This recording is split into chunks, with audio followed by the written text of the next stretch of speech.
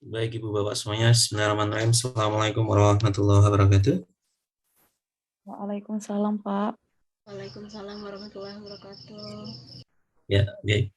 Oke, senang sekali bisa berjumpa dengan Ibu Bapak semuanya ya. Mohon maaf nih, malam-malam mengganggu aktivitas Ibu Bapak semuanya.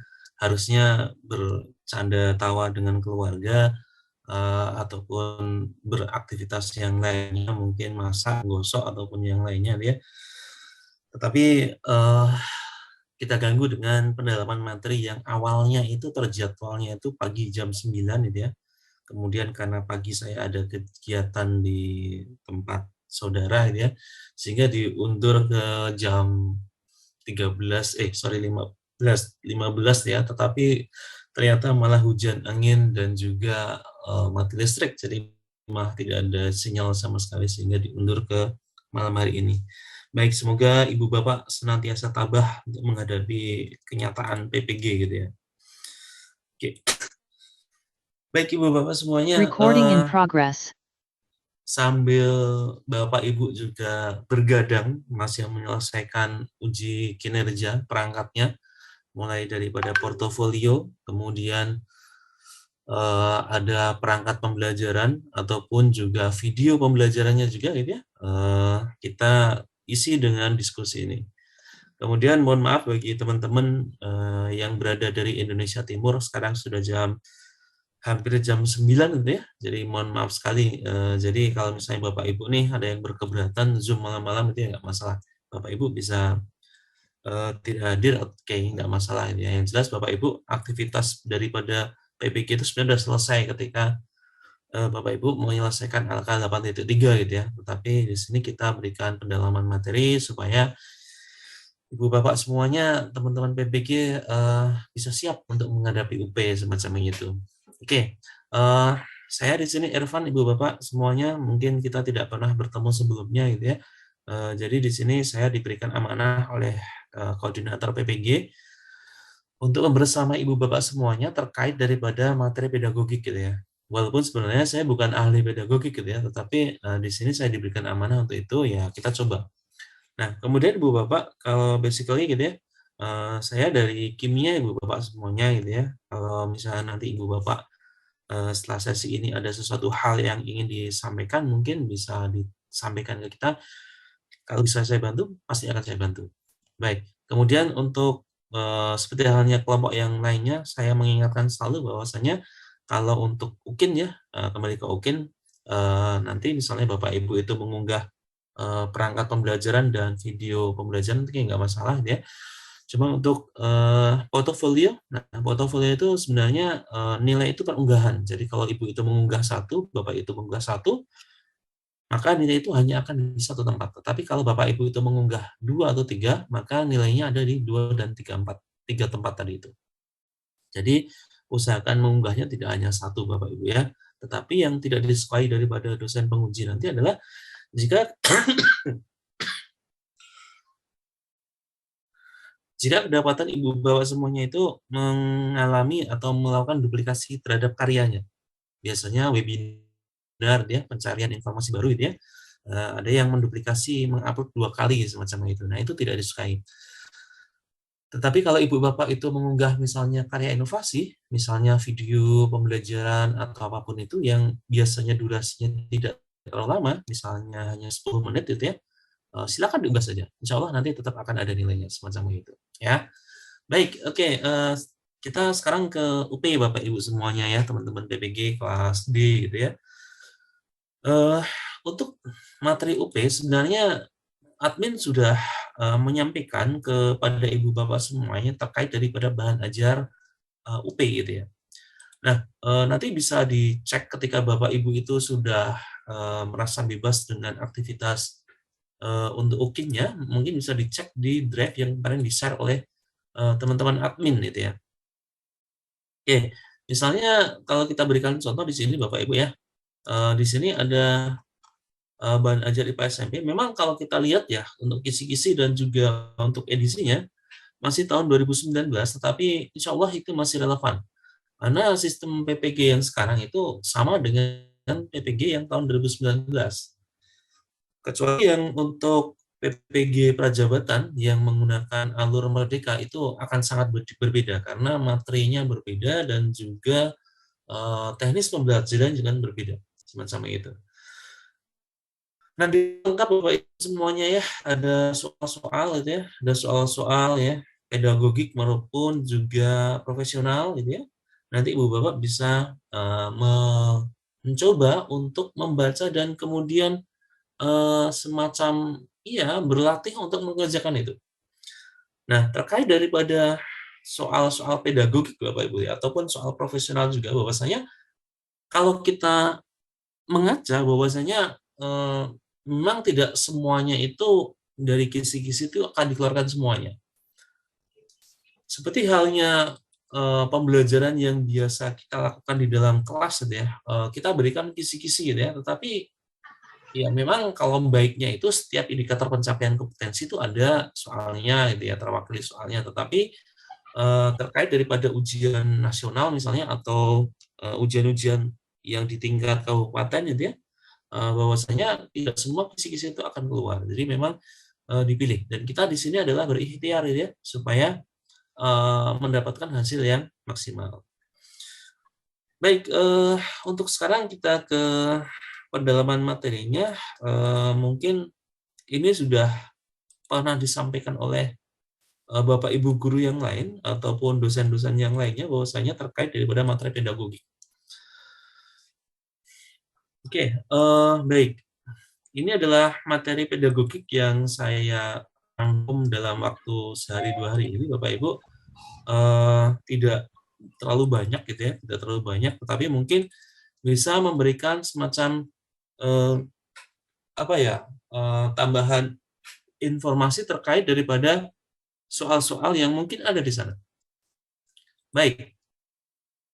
Nah, ini Bu Bapak, untuk yang saya atau diberikan amanah ini adalah terkait daripada kesekian banyak aspek ini. Ya, ada mulai dari model keterpaduan IPA sampai dengan nanti ke penerapan strategi pembelajaran gitu ya. Nah, kita akan coba melihat variasinya dan mungkin nanti kita juga bisa sering semacam kayak Ibu Bapak memikirkan sejenak jawabannya, kemudian nanti Ibu Bapak menyampaikan ke kita. Baik, kita percepat saja karena waktu semakin malam gitu ya. Yang pertama terkait daripada model keterpaduan IPA Ibu Bapak ya. Indikatornya di nomor 65 itu ya, diberikan KD, maka peserta didik dapat menentukan rancangan pembelajaran. Nah, tetapi sebelum masuk ke situ, mungkin ada contoh soal yang semacam ini, Bapak Ibu. Ya. Ada sesekali juga untuk ujian PPG, khususnya pedagogik, Ibu Bapak ini diberikan pertanyaan terkait daripada jenis daripada pengetahuan yang akan disampaikan. Apakah pengetahuan itu jenisnya faktual, prosedural, atau keterampilan, atau konsep, atau prinsip. Nah, terkait jika kita mendapatkan soal yang seperti ini, maka kita harus memahami dulu apa itu faktual, apa itu prosedural, apa itu keterampilan, dan lain sebagainya itu. Nah, faktual itu adalah ketika kita ingin siswa itu menjawab siapa, kemudian kapan, di mana, dan seterusnya ya, semacam itu. Kalau prosedur jelas itu adalah pengetahuan yang menyampaikan langkah-langkah daripada proses pembelajaran, ya, atau upaya yang dilakukan supaya kita bisa menyelesaikan suatu permasalahan. Keterampilan sama juga keterampilan apa yang ingin kita capai, misalnya keterampilan proses sains atau apa, ketika siswa itu melakukan segala macam aktivitas, maka apa yang mau diperoleh daripada aktivitas itu. Nah, kalau konseptual itu terkait daripada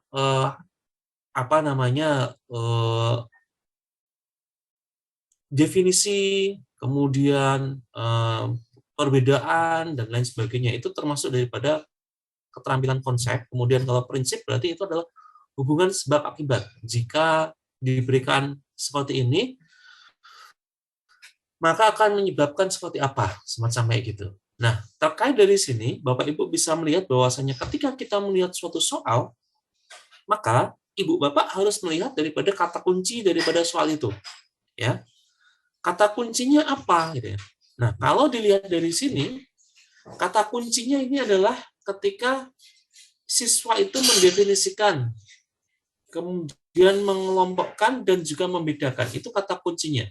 Nah, kalau kita bisa masuk ke sana, maka kita bisa menentukan bahwasanya, oh, kalau kita membuat definisi, maka itu memberikan suatu keterampilan konsep semacam itu.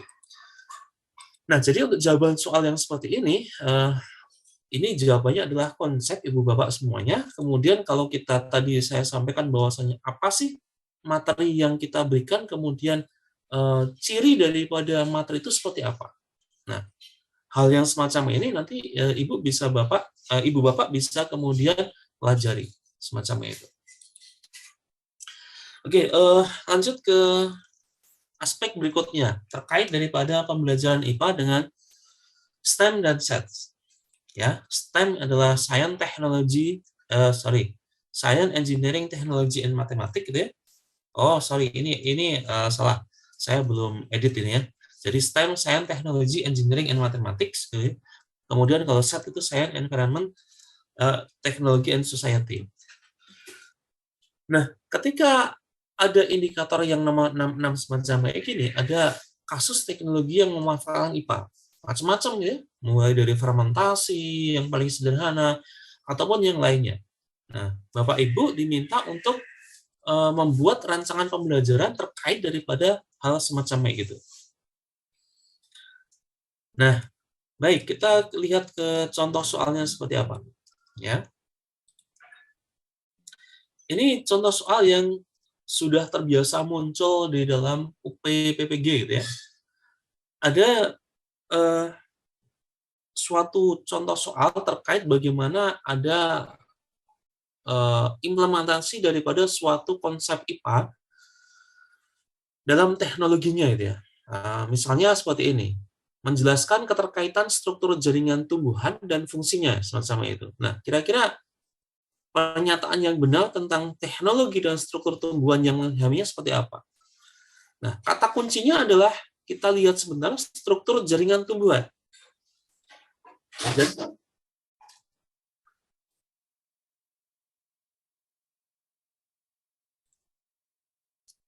Nah, jadi kata kuncinya itu adalah tentang struktur jaringan tumbuhan. Maka kita lihat mana opsi ataupun step ataupun item yang kemudian menyangkut daripada struktur tumbuhan itu.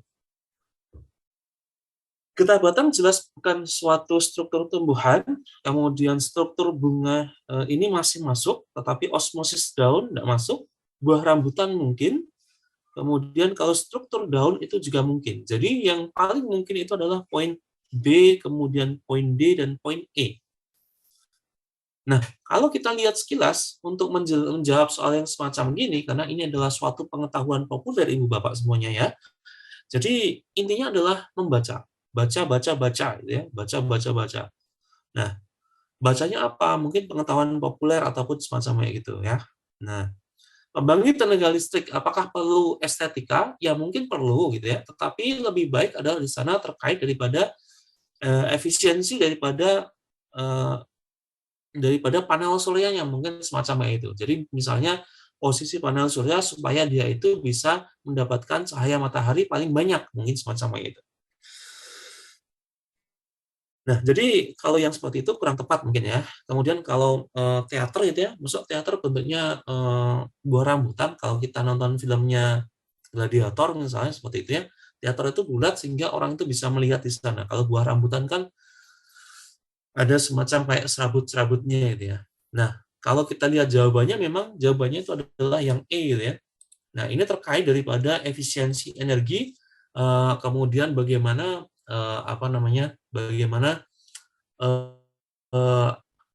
kalau tapak melebar itu akan lebih baik daripada tapak yang lebih tinggi semacam itu. Itu pokoknya dengan zero waste dan macam-macam yang lainnya. Itu sudah ada di penjelasan di contoh di buku ajar itu, Ibu Bapak semuanya. Ini saya ambil saja yang ada di sana.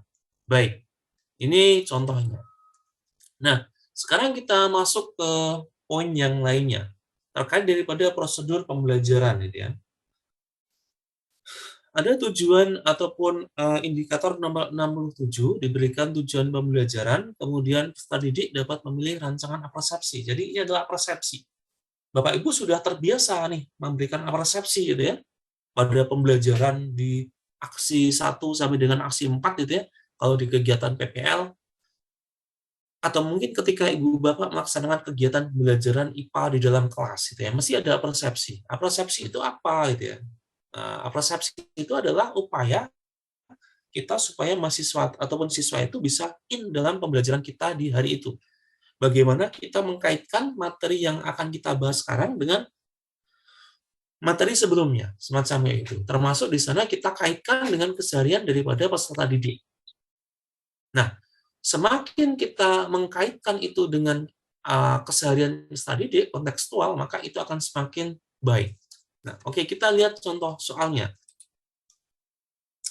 Ada contoh soal semacam kayak gini, Ibu Bapak semuanya.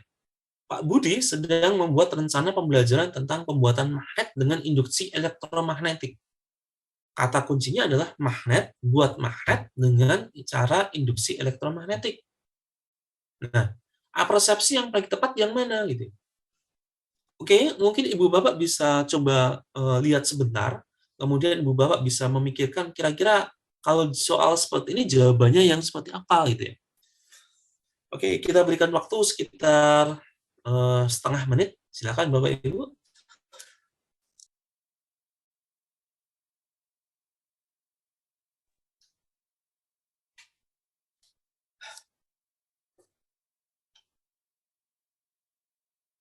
Oke, kira-kira yang mana jawabannya Ibu Bapak semuanya?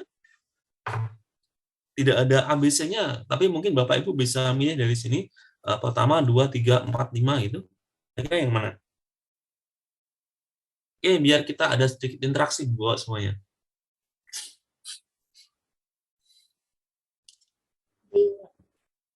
Yang mana? Yang B. Ini Bu ya.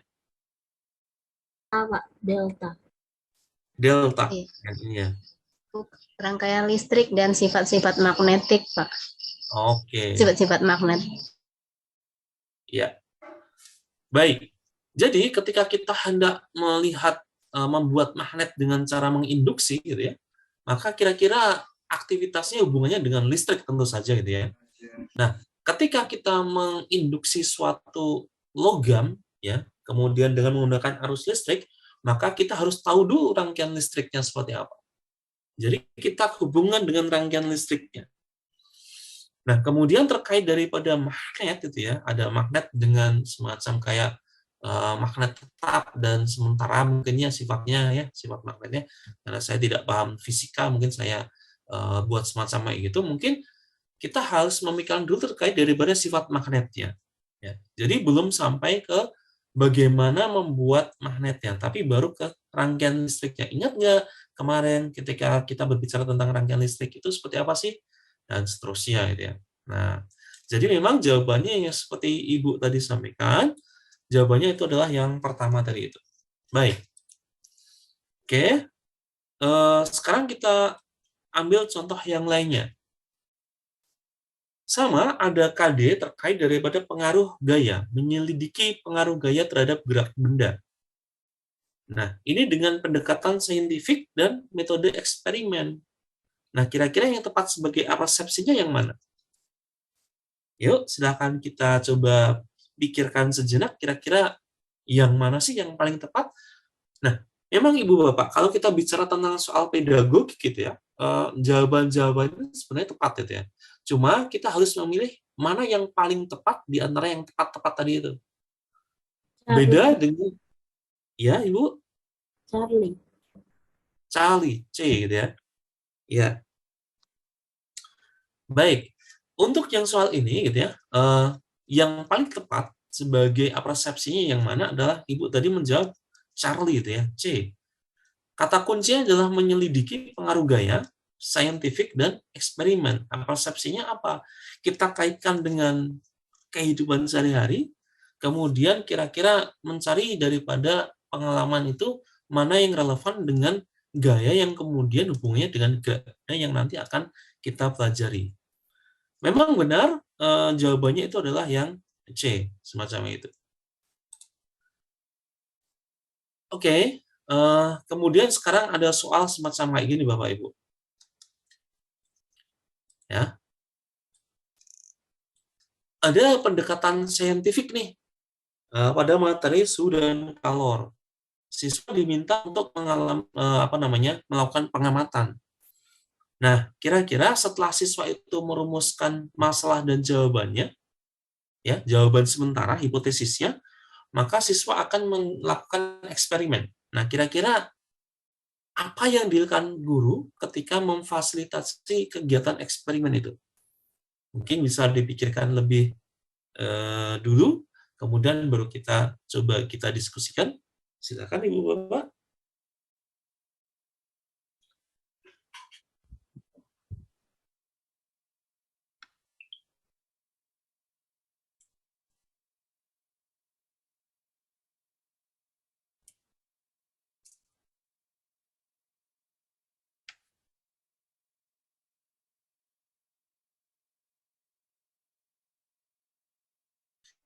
Baik, oke, Ibu Bapak, jawabannya yang mana? Charlie, Pak. Yang C, Pak. C, Pak. C. Baik. Oke. Siswa merumuskan masalah dan jawaban sementara, hipotesis ya, saintifik.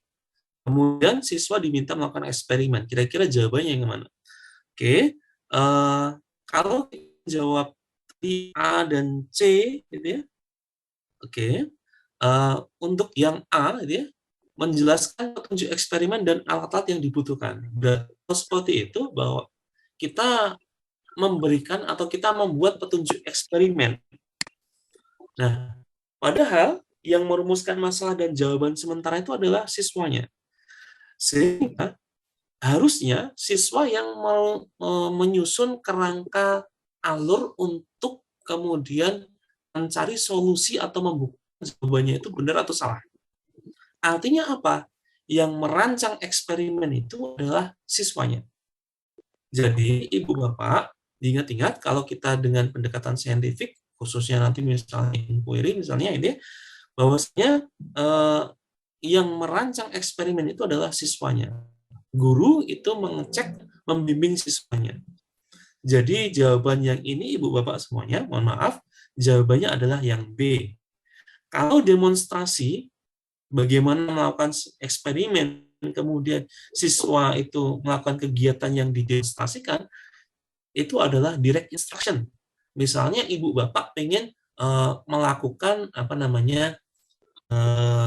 pengukuran tebal suatu pohon dengan menggunakan jangka sorong atau mikrometroskop misalnya. Maka Ibu mendemonstrasikan. Kemudian siswa itu mengulangi langkah-langkah demonstrasi Ibu Bapak semuanya. Nah, itu ke direct instruction ya. Tapi untuk yang ini maka Ibu Bapak itu memilih jawabannya yang B. Jadi siswa mencoba merancang eksperimen sendiri semacam itu. Kita hanya mencek dan membimbing siswa, mengarahkan siswa supaya eksperimen yang dilakukan itu nanti mengarah pada jalur yang benar. Semacam itu. Oke. Ya. Baik. Sekarang kita ke aspek berikutnya terkait bahan ajar IPA. Untuk indikatornya adalah indikator nomor 68, ada tujuan pembelajaran, kemudian kita memilih bahan ajar yang relevan. Ya. Memang Ibu Bapak, kalau kita berbicara tentang bahan ajar, Ibu Bapak sudah membuat kemarin ya, mulai dari handout atau mungkin modul gitu ya. Tetapi kalau kita berbicara tentang bahan ajar dan media, memang ada irisannya Ibu Bapak.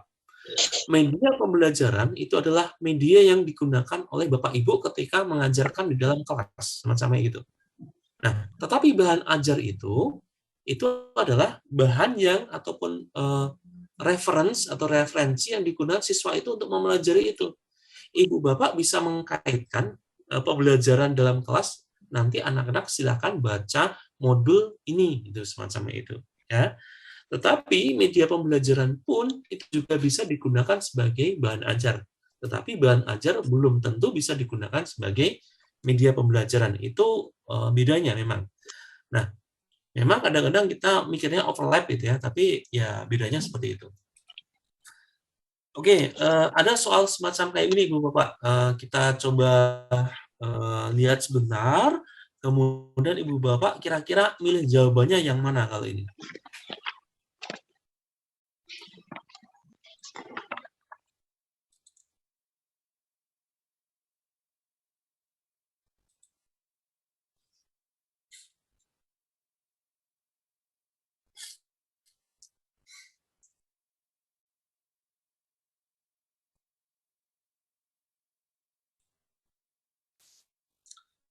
Kira-kira jawabannya yang mana, Ibu Bapak? Charlie Eko, Pak. Yang terakhir. Eko. Charlie Eko gitu ya. Ya. Kehadiran Baik. media pembelajaran. Pak. Baik. Kata kuncinya memang manfaat ya, tetapi di sini ada yang tidak termasuk ya. Jadi ada poin negatifnya yaitu tidak. Jadi yang tidak yang mana? Oke, yang terakhir ya, yang terakhir. Jadi Ibu Bapak semuanya, media itu tidak bisa meniadakan peran seorang guru. Jadi guru itu harus tetap berperan dalam penyampaian media pembelajaran itu. Karena media pembelajaran adalah media yang digunakan untuk mengajarkan. Nah, terkait daripada soal-soal yang berkonotasi negatif semacam kayak gini Bapak Ibu, mohon Ibu Bapak untuk lebih teliti lagi ya, lebih teliti. Kadang-kadang gitu ya, kadang-kadang poin ataupun kata negatifnya itu tidak terlihat jelas. Memang kalau aturannya itu kayak kata negatif itu ditulis dalam huruf tebal dan juga cetak miring nih.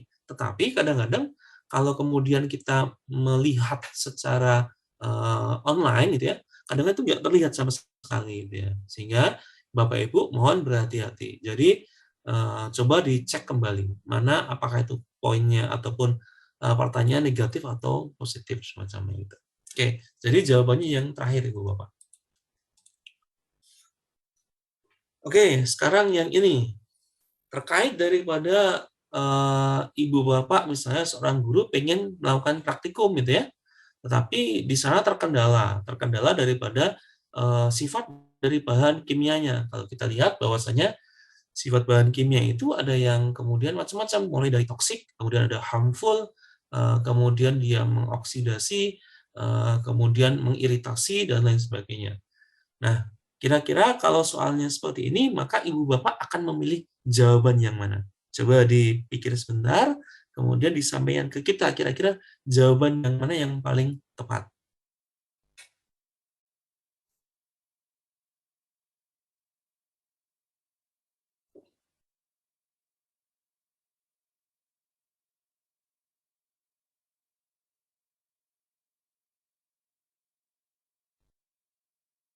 Jawaban yang mana Ibu Bapak semuanya?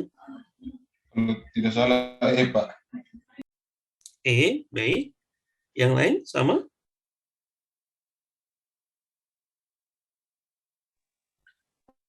Charlie, Pak. Charlie. Charlie, Yang Pak. C, Charlie, ya. C, ya. virtual laboratory identification. Ya, baik. Bapak Ibu perhatikan kembali kata kuncinya, ya, kata kuncinya. Kata kuncinya adalah memang apa namanya? Ada beberapa ya. Tetapi di sini kata kunci yang utama adalah menunjukkan kepada siswa bahwa larutan asam sulfat itu suatu zat yang bersifat asam gitu ya. Bersifat asam. Itu kata kuncinya. Berarti kalau kita itu biasanya mengidentifikasi larutan itu termasuk asam atau basa, kita menggunakan indikator asam dan basa. Misalnya dengan menggunakan kertas lakmus. Tetapi ini takut ya, takut karena asam sulfat itu korosif gitu ya, korosif pada kulit dan juga korosif pada logam. Sehingga bagaimana dengan gambar saja, gambar larutan asam sulfat? Nggak bisa, gambar larutan asam sulfat nggak bisa menentukan dia itu asam atau basa gitu ya. Nah, karena larutan asam sulfat itu berwarna bening gitu ya, atau tidak berwarna, jadi nggak bisa dijelaskan dia asam atau basa. Video larutan asam sulfat yang terlihat uapnya jelas nggak bisa. Uap itu tidak menunjukkan apapun untuk asam dan basa. Justru yang paling masuk akal mungkin gitu ya, yang D misalnya, rekaman audio. Apakah larutan asam sulfat itu sifatnya asam atau basa? Ibu bisa sampaikan kepada siswa, anak-anakku, asam sulfat itu adalah suatu larutan yang bersifat asam, mungkin semacam itu. Itu juga bisa sebenarnya. Tetapi itu sama saja memberitahu kepada siswa, misalnya anak yang belum pernah melihat ayam, ibu mengatakan bahwasanya ayam itu adalah hewan yang bersuara kukuruyuk, semacam itu. Padahal juga ada ayam yang suaranya nggak kukuruyuk. Nah, mungkin yang semacam itu. Atau yang misalnya video reaksi asam sulfat dengan logam besi, iya memang asam sulfat dengan logam besi akan bereaksi menghasilkan suatu larutan besi 2 sulfat dan juga gas hidrogen. Tetapi itu tidak menunjukkan dia bersifat asam atau basa. Justru yang paling kuat atau yang paling tepat itu adalah yang poin C, gitu ya. Seperti yang tadi Ibu Bapak sampaikan. Jadi virtual laboratory. Virtual laboratory itu mengatasi ketidakadaan daripada bahan kimia dan juga mengatasi aspek bahaya daripada penggunaan bahan kimia semacam itu. Oke, jadi jawabannya adalah virtual laboratory. Oke, sekarang ini ya, KD-nya adalah menganalisis interaksi antara makhluk hidup dan lingkungan. Kira-kira media yang paling tepat yang mana? Oke, kita coba pikirkan sebentar, kemudian kita coba jawab bareng-bareng. Kira-kira mana yang paling tepat?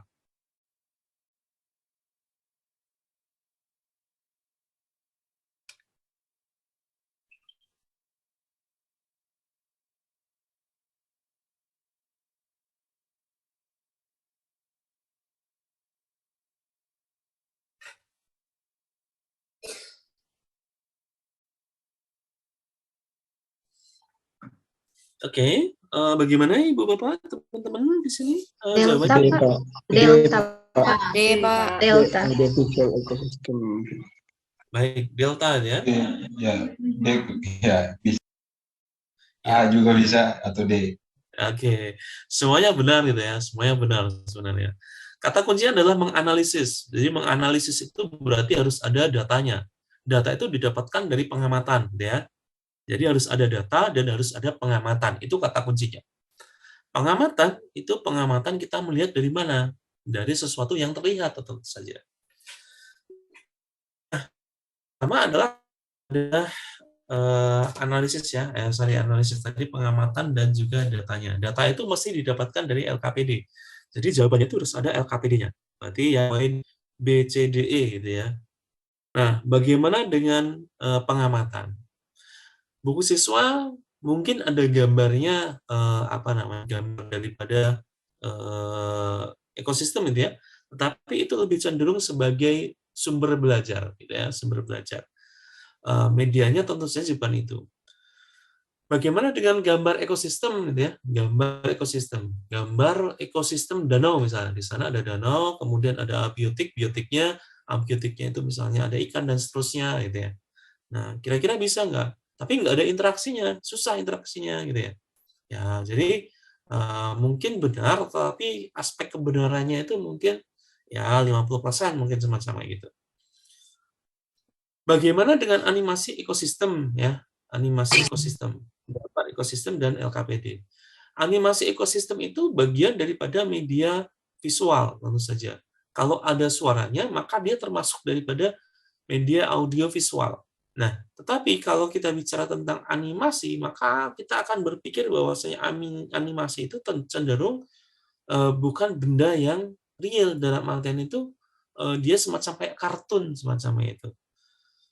Sehingga itu saya rasa tidak memberikan gambaran yang pas terkait daripada interaksi antara makhluk hidup dan lingkungannya. Nah, justru yang paling kuat adalah media yang audiovisual. Karena kalau kita melihat teori pendidikan bahwasanya semakin kita itu melihat dan mendengar apa yang yang diberikan oleh guru, maka akan semakin membekas dalam long term memory kita.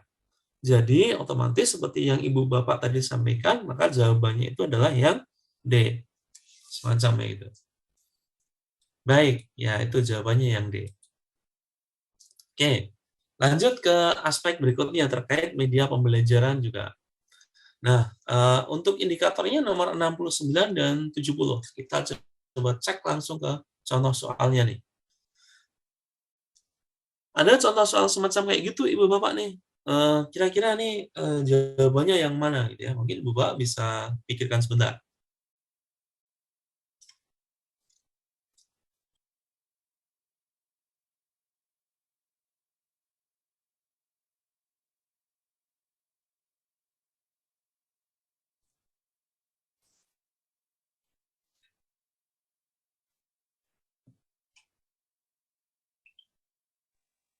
Bagaimana Ibu Bapak semuanya? Yang mana kira-kira? Yang memahami karakteristik dan media pembelajaran, Pak. C, Pak. Ya. Baik Ibu Bapak semuanya. Kemampuan dasarnya apa yang harus dimiliki seorang pendidik terkait keterampilan memilih media? Ya, memilih media. Jadi keterampilan dasarnya, oke. Ya, yang ada yang memilih Bapak tadi memilih yang karakteristik media. Ya, benar sekali Bapak ya. Jadi kita harus memahami dulu karakteristik daripada media pembelajaran sebelum kita memilih media pembelajaran itu cocok untuk materi yang mana. Semacam itu. Apakah gambar bergerak itu lebih baik daripada gambar diam, atau karakteristik daripada media audiovisual itu seperti apa, dan lain sebagainya. Jadi kita harus tahu dulu nih karakteristik medianya. Kemudian baru ketika kita sudah tahu karakteristik media ya, maka dari materi yang kita peroleh, apa materinya apa, kemudian peserta didik kita bagaimana, apakah dia itu termasuk audiovisual, auditory, atau kemudian kinestetik ataupun sebagainya ya. Nah, kita sesuaikan media yang sudah kita tahu karakteristiknya itu.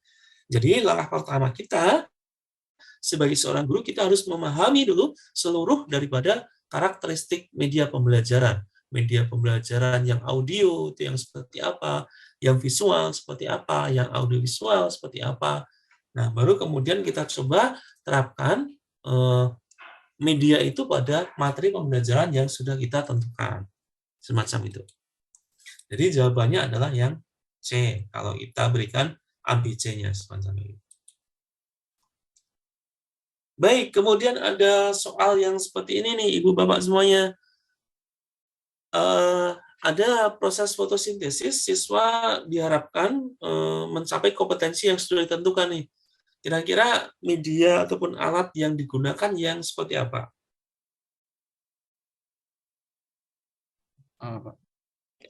Pak, spesimen asli. Ya, baik. Ya, jadi jawabannya benar yang A itu ya.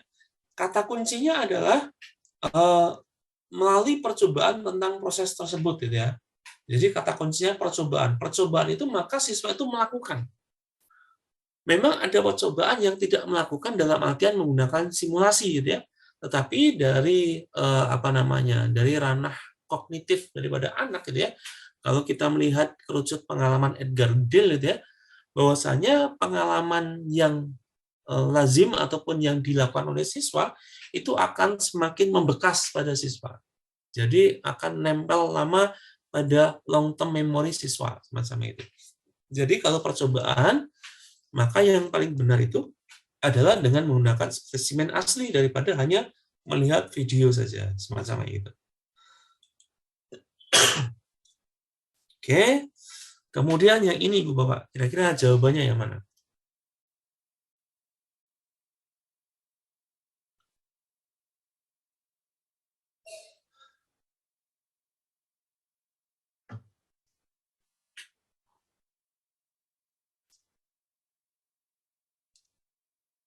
Yang mana Ibu Bapak?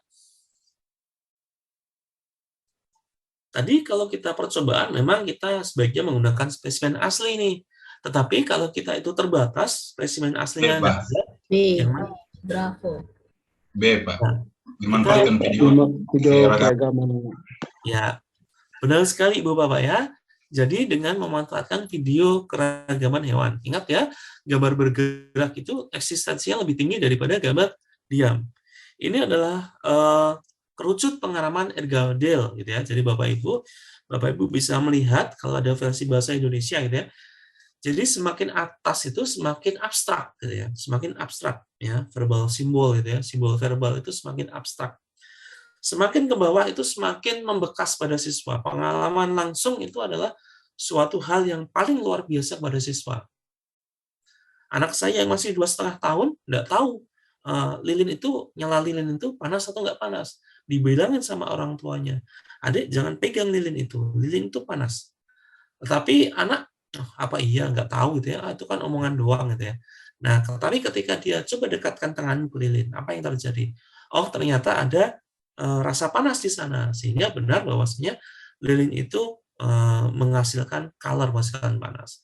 Jadi pengalaman langsung itu akan semakin membekas pada diri siswa. Tapi kalau pengalaman langsung nggak ada, kita harus mengganti dengan media yang bisa mencoba menggantikan daripada pengalaman langsung itu. Salah satunya adalah video, semacam itu. Baik, kemudian keterampilan membuka pelajaran. Nah, indikatornya pada indikator nomor 71.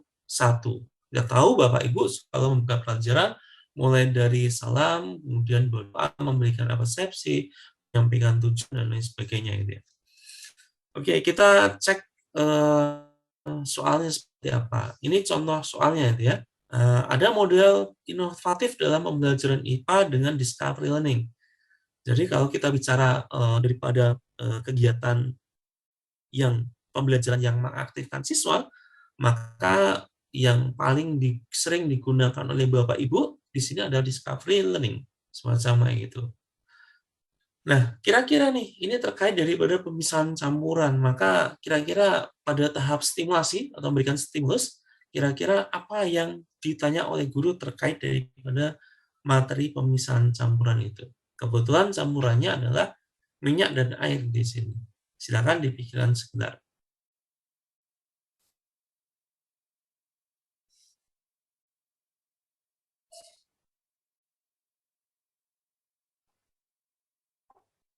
Kira-kira apa Bapak Ibu jawabannya? E, Pak. B, Pak. C, Pak. Mengapa minyak dan air tidak dapat tercampur karena Ya, baik. B, Pak. Oke, baik. B, Pak. B, ya. Stimulus, pemberian stimulus. Pemberian stimulus itu artinya adalah mencoba memberikan rasa kebingungan sebenarnya aslinya. Nah, pemisahan campuran, terkait pemisahan campuran, kata kuncinya adalah pemisahan campuran. Maka siswa itu harus tahu campuran itu apa. Ya, campurannya di sini adalah minyak dan air. Ya. Campuran heterogen dan homogen, minyak dan air, itu sudah tahu siswa. Jadi ini kurang tepat. Nah, kemudian apa yang dilakukan supaya minyak air itu bercampur? Oke, ini masih campuran heterogen dan homogen. Kalau ini nanti bisa ditambahkan surfaktan misalnya. Oke, ini sudah tidak tepat juga. Mengapa minyak dan air tidak dapat bercampur? Ini masih terkait daripada campuran, gitu ya, campuran homogen dan heterogen, gitu ya. Minyak itu massa jenisnya lebih ringan daripada air, sehingga posisinya ada di bagian atas.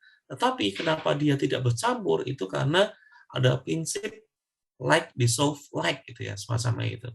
Jadi air itu adalah sesuatu hal yang polar, sedangkan minyak itu adalah sesuatu yang non polar. Sehingga polar dengan non polar tidak saling melarutkan, tapi kalau polar dengan polar akan saling melarutkan. Sehingga jawaban C itu masih terkait daripada campuran. Jadi bukan ke pemisahan campuran. Oke, tinggal A dan B gitu ya. Nah, maka Bapak Ibu, ketika kita memberikan suatu pertanyaan gitu ya, maka kita berikan misalnya nih ada Bapak Ibu membawa campuran nih. Ini campuran minyak dan air ya. Yang langkah yang pertama ditanyakan itu mesti bukan bagaimana gitu, tetapi mesti apa dulu. Ya, apa, bagaimana, itu baru belakang. Kalau 5W 1H mesti what itu adalah yang pertama. Ya, jadi yang kita lakukan sekarang adalah ketika kita punya campuran itu kita tunjukkan kepada siswa ini adalah campuran air dan minyak, tidak bercampur gitu ya. Nah, maka pertanyaan pertama yang untuk menggali pemahaman ataupun kebingungan tadi adalah kira-kira apakah campuran ini bisa dipisahkan atau enggak? Semacam itu. Anda mungkin bisa menjawab, oke bisa Pak. Nah, kira-kira kalau bisa, gimana caranya? Jadi apa dulu ya? Jadi jawabannya adalah yang A, Ibu, di tahap stimulasi. Ya. Jadi untuk tahapan stimulasi, seperti ada ditulis di situ, bahwasanya guru mengajukan pertanyaannya, kemudian kemudian siswa menjawabnya. Ya, siswa membaca untuk mencoba memberikan persiapan pemecahan masalah. Memang masalah utamanya adalah bagaimana, tetapi supaya mencapai bagaimana itu, maka kita harus tentukan, bisa enggak itu dipisahkan? Jangan-jangan enggak bisa, semacam itu. Jadi jawabannya adalah yang A, Ibu Bapak ya. Baik, oke, semakin malam semakin panas nih, gitu ya. Bukan semakin ngantuk lagi, tapi semakin panas ya. Oke, terkait daripada keterampilan menutup pembelajaran. Ya, ada sintaknya, kemudian desain kegiatan penutup pembelajaran. Kalau penutup itu biasanya Bapak Ibu memberikan semacam kayak refleksi, memberikan semacam reinforcement, kemudian memberikan post-test ataupun yang lainnya ya. Baik, ada soal seperti ini. Salah satu model inovatif discovery learning iya, kemudian aktivitas guru yang paling benar pada tahap generalization adalah yang mana? Jadi kalau kita berbicara tentang sintak daripada discovery learning, mulai dari stimulation nanti sampai dengan generalization. Jadi di tahapan sintak yang terakhir tadi itu, generalisasi, guru itu ngapain gitu ya aktivitasnya. Oke, silakan. Baik. Yang lain ada? Ya. Oke, ya. Baik, terima kasih Bapak atas jawabannya. Jadi jawabannya yang benar adalah yang A, Ibu Bapak ya. Kenapa yang A? Ya, memang kita mengatakan bahwasanya generalisasi itu tahapan dari ataupun tahapan dari sintaknya. Nah, sintak itu yang mengerjakan adalah siswanya, gitu ya. Tapi gurunya ngapain? Generalisasi itu. Ya, kalau siswa itu dia menyimpulkan dari apa yang dia kerjakan saja. Nah, guru nanti akan merangkum daripada apa yang dikerjakan oleh struktur siswa, seluruh siswa, kemudian dibawa untuk menyimpulkan secara umum dari hasil verifikasi itu. Semacam itu. Ibaratnya seperti ini nih, Bapak Ibu punya satu kelas, kemudian Bapak Ibu ingin identifikasi larutan asam dan basa. Oke, dibagi dua kelompok saja deh misalnya. Kelompok A itu adalah larutan larutan cuka, kemudian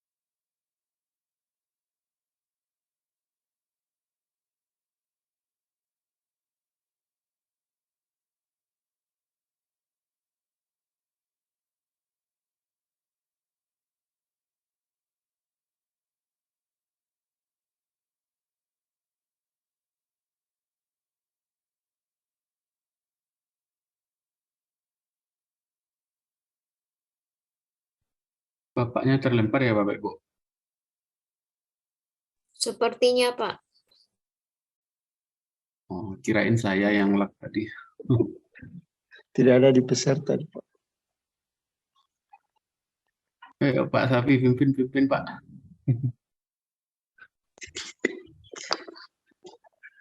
Ya, siap Ketua. Aman Pak, perangkatnya Pak. Mohon maaf Sudah, Ibu Bu. Bapak ya. Ya, Ya, Pak. Mohon Bapak. Ini terus lagi nih. Ya, oke. Sebentar Bapak Ibu ya.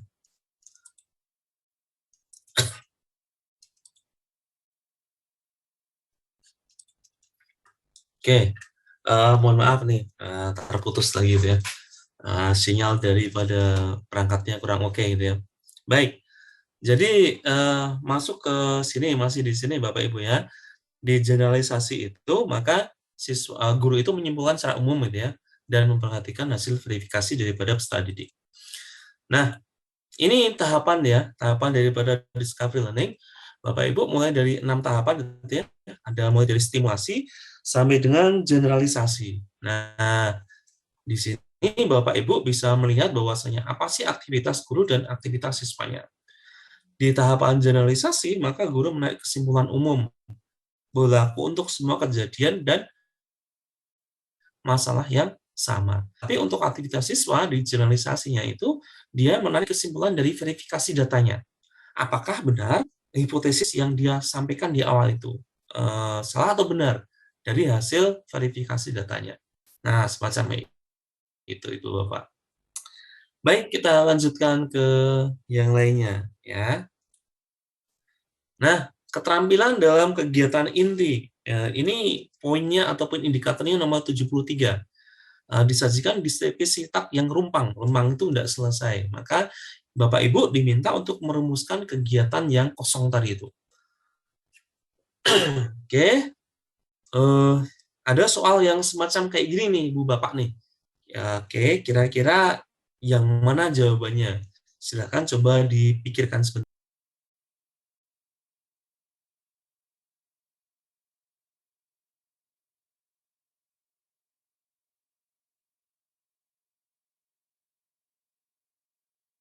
B, Pak.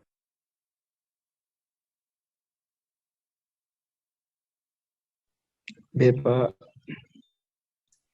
Ya, baik Ibu Bapak semuanya, teman-teman di sini. Oke, kata kuncinya adalah apa? Direct instruction nih. Kalau direct instruction itu, maka guru mendemokan sesuatu, kemudian setelah itu, setelah guru itu menyampaikan tujuannya, kemudian guru mendemokan. Kemudian setelah mendemokan, siswa diminta mengulangi lagi. Semacam itu. Jadi, untuk yang di sini, karena ini adalah direct instruction itu sama semacam kayak ceramah hasilnya itu ya. Biasanya digunakan untuk melakukan pembelajaran ketika itu mendemokan sesuatu. Misalnya tadi saya sudah sampaikan di awal bagaimana guru mengenalkan mikrometroskop pada siswa. Guru mengenalkan jangka sorong pada siswa. Guru menggunakan yang ini misalnya menimbang gitu ya, mengukur massa. Jadi jawabannya adalah yang B, benar sekali. Oke. Kemudian yang di sini Ibu Bapak. Nah, kira-kira jawabannya yang mana? Sama ini ya, masih terkait daripada pengukuran dengan menggunakan direct instruction sebenarnya.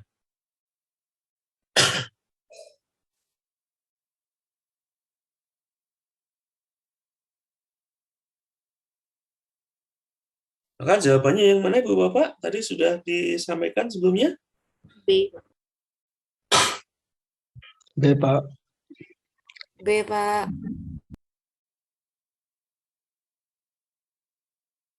Baik.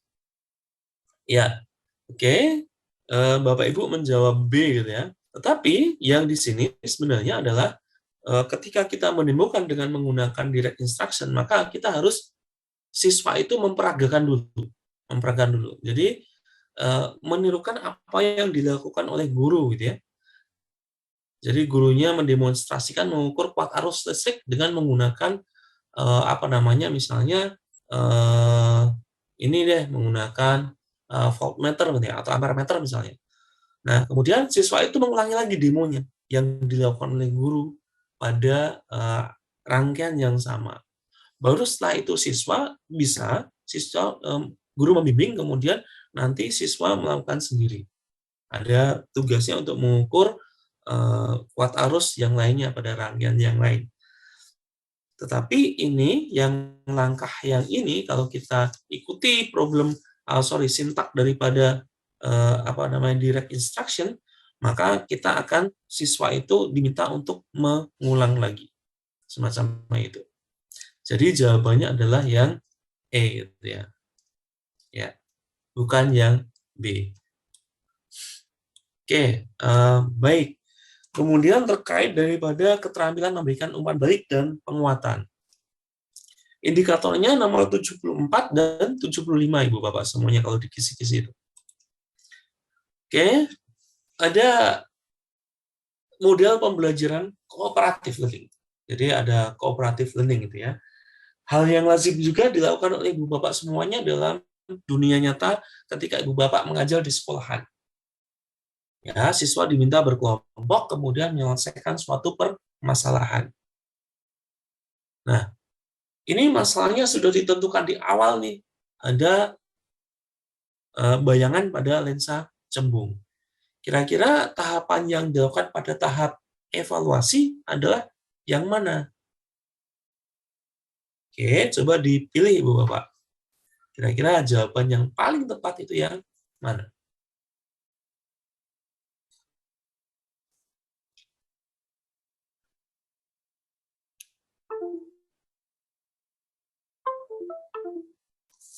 C, Pak.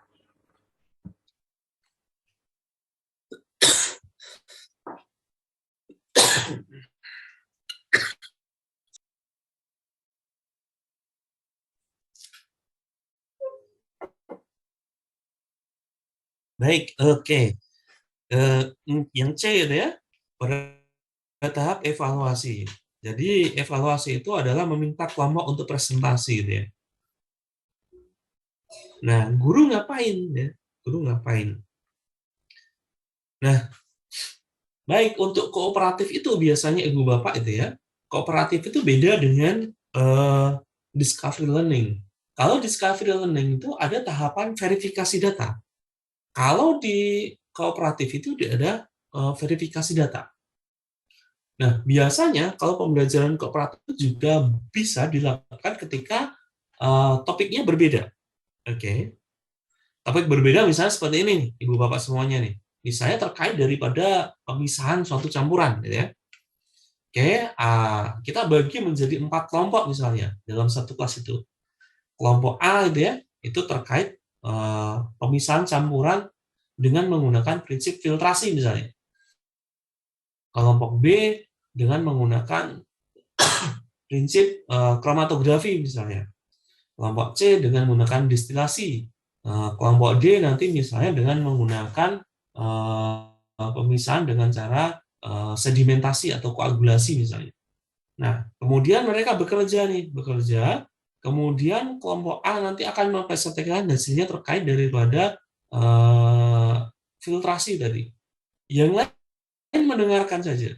Tidak ada sesi untuk menanggapi daripada apa yang disampaikan oleh temannya.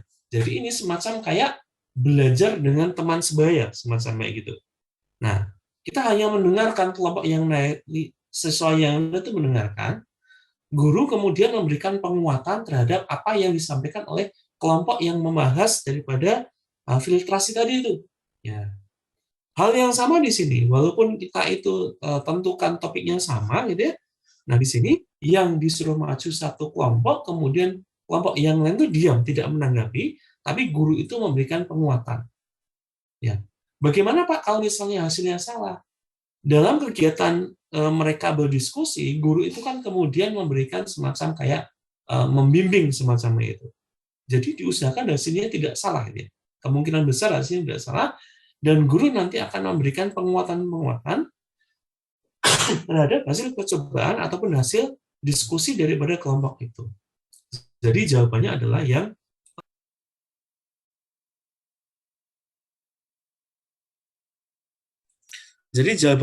yang nomor A, yang pertama itu ya. Jadi kelompok lain mendengarkan saja, kemudian guru itu memberikan penguatan. Jadi kalau tahapannya itu ya, yang semacam itu. Nah, kalau kita bicara tentang cooperative learning, teman-teman semuanya ya, Itu macam-macam tipenya. Mulai dari STAD, kemudian ada Jigsaw, kemudian ada TGT, dan lain sebagainya. Gitu ya. Ya memang untuk PPG ini kelihatannya jarang yang menggunakan cooperative learning gitu ya. Rata-rata kalau yang di siswa saya atau mohon maaf di mahasiswa PPG yang saya bimbing itu yang ketika aksi 1 sampai dengan aksi 4 itu rata-rata ke PBL, problem based learning sama discovery learning. Yang lain jarang diungkap. Jadi jawabannya adalah ini. Oke, baik Ibu Bapak semuanya.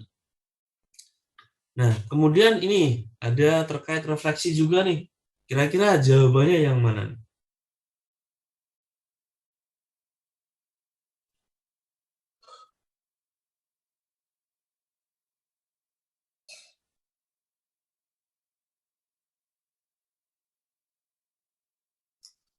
Yang mana teman-teman?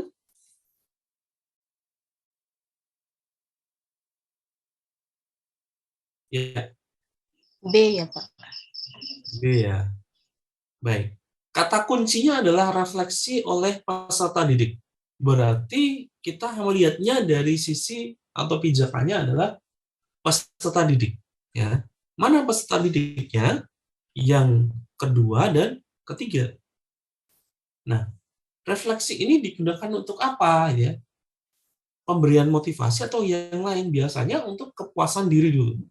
Jadi, saya berpuas diri karena ternyata ketika saya mendengarkan pembelajaran dari Pak A, Bapak Ibu yang ada di sini misalnya, ternyata hasilnya seperti ini, saya berpuas diri. Nah, atau kalau belum puas, saya akan belajar lagi dan bagaimana. Jadi, jawabannya adalah yang mencapai kepuasan diri untuk menjalin ke komunikasi positif dengan pendidik. Jawabannya adalah ini. Motivasi adalah efek ikutan ketika dia sudah berpuas diri, ya. Jadi puas diri duluan. Itu Ibu Bapak ya. Kemudian ke manajemen pembelajaran. Nah, ini hubungannya dengan pengelolaan pembelajaran sesuai dengan indikator nomor 76 gitu ya untuk kisi-kisi soal itu. Oke, ada soal semacam ini. Kegiatan pembelajaran tetapi siswa diminta untuk mencari dan menyelidiki. Kira-kira strategi pembelajarannya itu dari model apa gitu ya?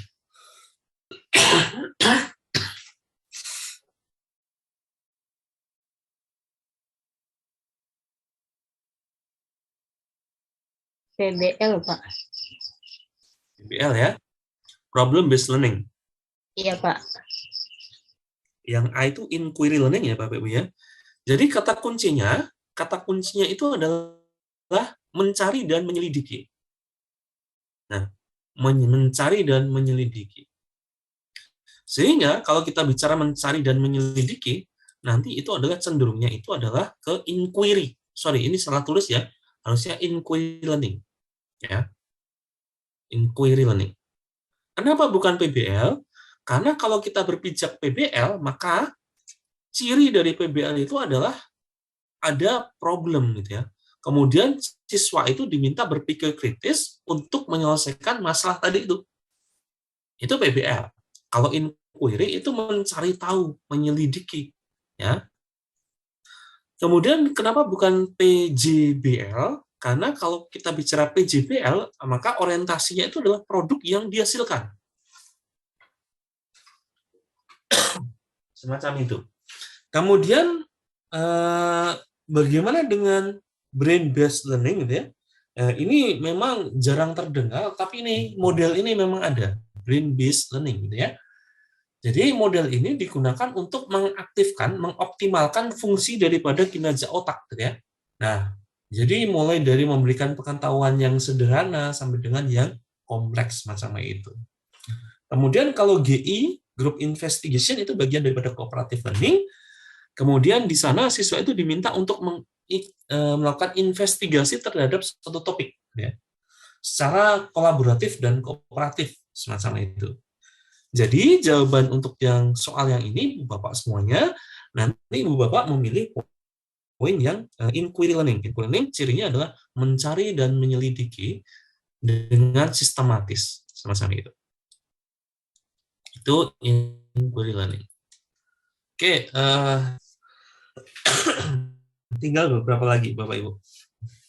Terkait daripada strategi pembelajaran, khususnya pada indikator nomor 77. Ada tujuan pembelajaran, nanti kemudian Ibu Bapak diminta untuk menentukan strategi belajar yang tepat. Ya, hampir sama dengan sebelumnya sih sebenarnya. Oke, kita lihat. Ada soal semacam ini. Nah, kira-kira Ibu nanti memilih yang mana nih kalau soalnya seperti ini? Mungkin bisa dipikirkan sebentar.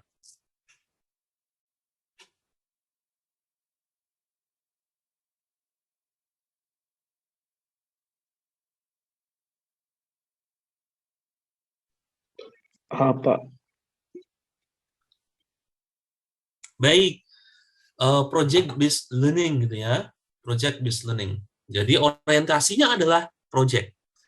Nah, project based learning ini nanti diminta adalah siswa itu melakukan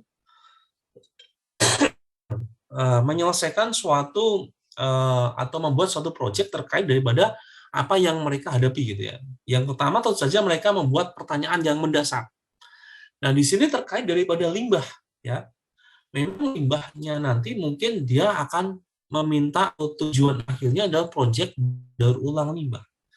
Nah, sebelum sampai pertanyaan mendasar bagaimana ataupun bagaimana cara mendaur ulangnya, maka kita harus tahu dulu nih di sana ada limbah apa saja. Maka benar seperti yang tadi Bapak sampaikan bahwasanya jawaban yang paling benar itu adalah yang A, di mana siswa harus tahu dulu limbahnya apa saja dengan cara mengidentifikasikannya. Ya, semacam itu. Untuk sinaknya, untuk project based learning, Bapak Ibu saya yakin sudah sangat paham sekali itu ya. Walaupun memang kalau dalam realitanya itu ya, project based learning itu membutuhkan waktu yang relatif lebih lama daripada model yang lainnya. Memang itu memang bawaan dari modelnya gitu ya. Jadi tidak serta-merta tidak kita potong ya semacam itu. Oke, jadi jawabannya yang A. Baik, untuk soal yang ini kira-kira jawabannya yang mana Bapak Ibu? Coba dipikirkan sebentar.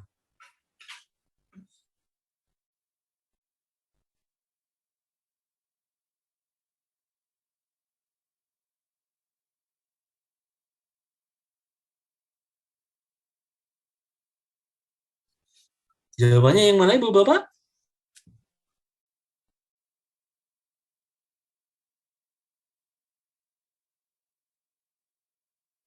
D ya, Pak. Delta. Ya, baik. Kita lihat kata kuncinya Ibu Bapak semuanya. Soal itu kata kuncinya adalah menyajikan hasil penyelidikan. Baik. Kalau menyajikan hasil penyelidikan, maka dia harus punya data, ya.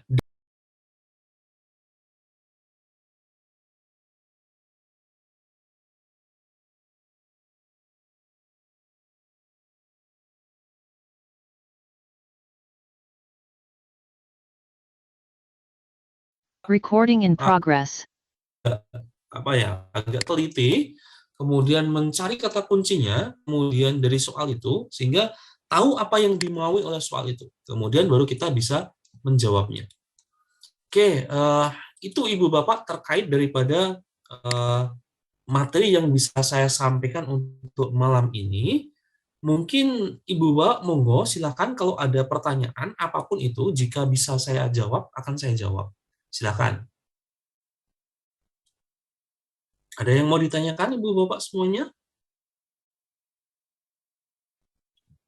Baik. Triknya, Pak. Kenapa Bapak?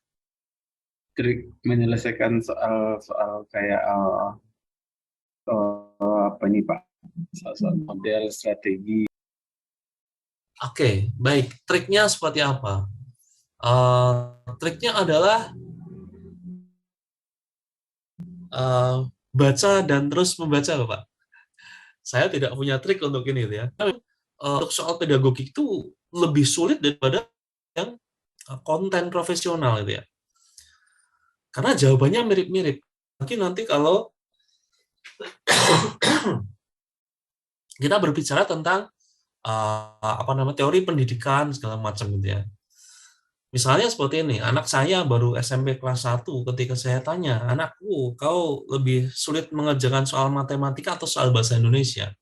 Dia bilang seperti ini, "Saya lebih seneng ngerjain soal matematika daripada bahasa Indonesia."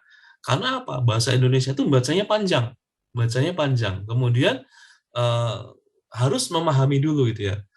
Kadang-kadang kalau kita menemukan soal yang cukup panjang semacam kayak gitu Bapak Ibu ya, mungkin ada namanya scanning and skimming gitu ya. Kalau kita di bahasa Inggris itu ada namanya proses scanning and skimming. Jadi kita scan gitu ya, kira-kira bacaan atau kata-kata kunci daripada soal itu apa. Kalau skimming itu adalah membaca dengan singkat tapi cepat gitu ya. Nah, jadi Bapak Ibu ya, Pak Ihsan tentu saja tadi dikatakan triksnya. Saya tidak punya triks Bapak, jadi intinya adalah teliti, kemudian Bapak Ibu mencari kata kunci daripada soal itu. Jadi misalnya kalau soalnya itu penyelidikan seperti tadi, mesti harus ada eksperimen untuk mendapatkan data penyelidikan, semacam itu. Dan Pak Ibu, saya harapkan tetap semangat untuk rajin membaca. Masih ada waktu cukup lama, ya memang materinya sangat banyak Bapak Ibu ya, belum lagi kontennya, menghitung gaya, menghitung misalnya tekanan dan lain sebagainya ya. Jadi silakan Bapak Ibu sambil malam-malam tiduran gitu ya. Malam-malam tiduran, kemudian sambil baca-baca terkait daripada model-model pembelajaran segala macam itu.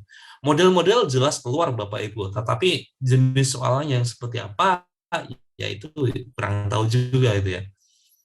Itu Pak Ihsan, mohon maaf sekali kalau ditanya triks dan tipsnya saya sendiri tidak bisa menjawabnya Bapak. Yang lain silakan Ibu Bapak. Oh iya.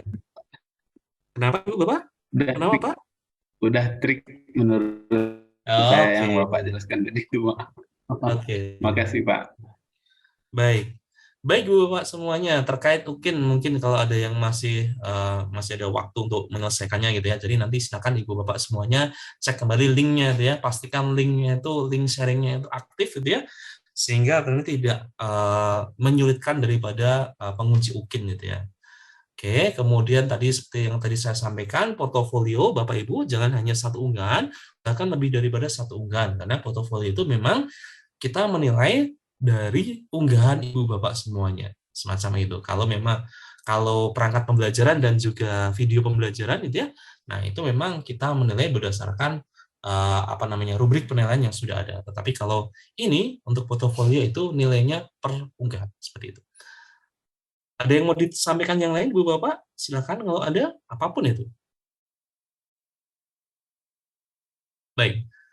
Oke, Ibu Bapak semuanya, nanti untuk file materi yang saya sampaikan tadi akan saya kirimkan di grup. Semoga sedikit tadi itu bisa menyemangati Ibu Bapak semuanya untuk tetap tekun mempelajari soal UP sehingga Bapak Ibu maksimal nanti mengerjakannya. Begitu nggih? Oke, saya rasa cukup Ibu Bapak ya. Ya, baik. Sekarang kalau di Indonesia Timur sudah jam 11 malam nih Ibu Bapak ya. Baik, kita cukupkan dulu.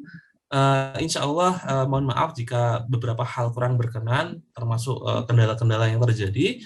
Semoga Ibu Bapak senantiasa diberikan kesehatan dan kerahmatan di sela-sela waktu ini sehingga dapat maksimal nanti untuk mengerjakan UP. Insya Allah kita masuk bareng semua di PPG kategori 2 ini, kemudian kita juga keluar bareng, lulus semua tanpa harus mengambil ulang atau retaker lagi Bapak Ibu semuanya. Amin. Amin. Terima kasih Bapak Ibu semuanya. Kita ucapkan selamat malam. Assalamualaikum warahmatullahi wabarakatuh. Waalaikumsalam warahmatullahi wabarakatuh. Terima kasih, Pak. Terima kasih Pak.